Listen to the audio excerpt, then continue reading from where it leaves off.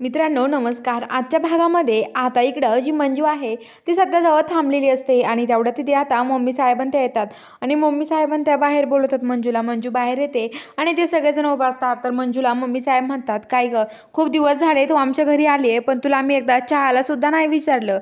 अगं चहा घेशील का तू? तर आम्ही तुझ्यासाठी चहा करतो. तर मंजू म्हणते की नको मला चहा. त्याच्यामध्ये असं कसं? तर आता चित्रकार म्हणतात की अगं कशाला विचारते, माया तिला नसेल घ्यायचं तर जाऊ दे ना. तेवढ्यात आता बलमा बोलतो की हे बघा, अहो कशाला चहा विचारता त्यांना. तर आता लगेच म्हणतात, असं कसं काय, किती दिवस झाले ती आपल्या घरात येऊन राहते, तिला आपण साधा चहा सुद्धा नाही विचारला, आपण तिला चहा विचारायला हवं होता असं बोलतात. तर आता ते म्हणतात की हे बघा, चहा विचारून बघा त्यांना घ्यायचा आहे का. तर आता मंजू आता काहीच न बोलता मम्मी साहेब म्हणतात, जाग सपना, तिच्यासाठी चहा बनवून आण बरं, जा तू लवकर. तर आता सपना म्हणते, मी, अहो माझं इंजेक्शन खूप दुखतंय, माझं कंबर दुखतंय, मी नाही जाणार. तर आता लगेच नंतर की जा म्हणते ना तुला. तर आता सपना चहा बनवायला जाते, ती एकच कप चहा बनवून घेऊन येते आणि आता ती मंजूला देते आणि मम्मी साहेबांना त्या म्हणतात की आता तरी ही मास्क खोलेल आणि आपल्याला कळेल की कोण आहे ही. तर आता ते मास्क खोलतात. मास्क खोलण्याचा त्यांचा प्लॅन असतो सगळा. पण आता मंजूला चहा देतात आणि मंजूला चहा प्यायला सांगतात, म्हणतात चहा पे आता तू.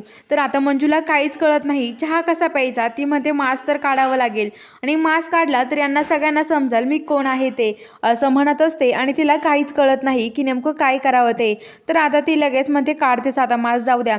आणि ती मास्क काढायला लागते तेवढ्यात बलमा सत्याच्या रूममध्ये पळत जातो आणि म्हणतो की बलमा लगेच पळत जातो आणि म्हणतो, सत्या आरडाओरडा कर खूप मोठ्याने, नर्सला आवाज दे की माझी जखम खूप दुखते, माझी जखम खूप दुखते असा आवाज दे, लवकर दे.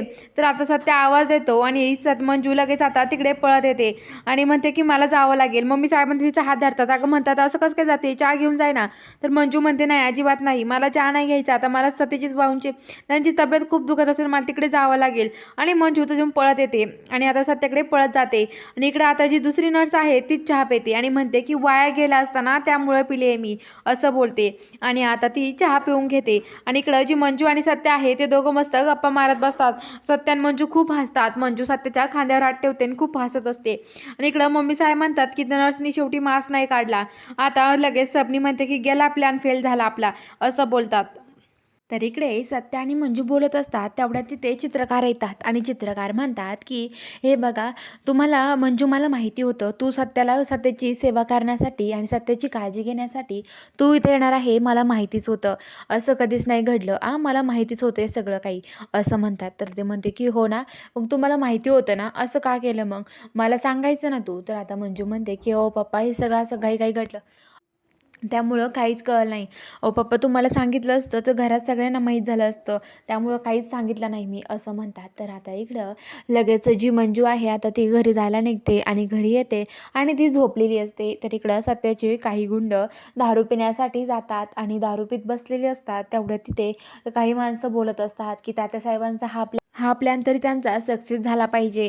आता काही कोणाला कळता कामा नाही, कुठं कानाला कोपऱ्याला काही खबर लागता कामा नाही, आपण त्यांचा प्लॅन सक्सेस करू आणि ते सत्यजित सुरव्याला लवकरात लवकर संपवून टाकू, असं बोलतात. आणि आता त्यांचा प्लॅन ते ठरवतात.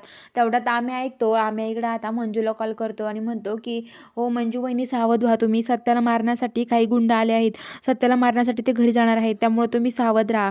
तर आता लगेच म्हणतात की ठीक आहे मग, आम्ही सावधच आहोत, असं म्हणतात. आणि आता ते लगेच म्हणतात की ठीक आहे, काळजी करू नका, आम्ही सावध आहे. मंजू म्हणते की काय, कोण आहेत ते गुंड. तर ते माणूस म्हणतो की तात्यासाहेबांचे आहेत ते गुंड, आता ते मंजू सत्याला मारण्यासाठी जाणार आहे, असं म्हणतात. तर आता लगेच ते म्हणतात, बापरे, मी जाते तिकडे, असं म्हणते मंजू म्हणते. तर आता लगेच इकडं आम्ही त्याच्या मित्रांना पण फोन करून सांगतो. तर इकडं सत्याला तो कॉल करत असतो, पण सत्याला फुल झोप लागलेली असते आणि सत्या काय उठत नाही. तो खूप फोन करतो तरी सत्या उठत नाही. तेवढ्या दरवाजावरती, गेटवरती काही माणसं थांबलेली असतात आणि ते माणसं म्हणतात की कोण आहात तुम्ही. एक माणूस येतो, त्याला विचारतात, कोण आहात तुम्ही, तुम्हाला आतमध्ये जाता येणार नाही. तर तो माणूस म्हणतो, अहो आम्ही सत्याचे खूप मोठे फॅन आहोत, आम्हाला सत्याला भेटायचं आहे, कारण की सत्याने आम्हाला खूप मदत केली आहे. माझ्या मुलाला लागण त्याची मदत केली आहे त्यांनी, आम्हाला त्याला भेटायचं आहे, जाऊ द्या ना आतमध्ये. तर ते माणसं म्हणतात, ठीक आहे, जातो मी आतमध्ये भेटायला. आणि ते आता आतमध्ये भेटायला तो माणूस जातो. तर आता इकडं तो माणूस सत्याला मारण्यासाठी खास तिथे आलेला असतो. तर आता इकडं ते जो आम्ही आहे तो अजून फोनच करत राहतो, तिनं फोन करतो. तेवढ्यात आता सत्या उठतो, फोन घ्यायला लागतो. तेवढ्यात नर्स म्हणते, सत्यजित कशाला उठताय तुम्ही, झोपा, आराम करा, अजिबात कुणाची फोन उचलायची नाही. आणि हे बघा, काही महत्त्वाचं असेल तर बलमान ते बाकीचे बघून घेतील, तुम्ही झोपा गपचूप असं म्हणते. बघूया आता पुढील भागात नक्की काय घडतं. बघायला चॅनलला सबस्क्राईब करा.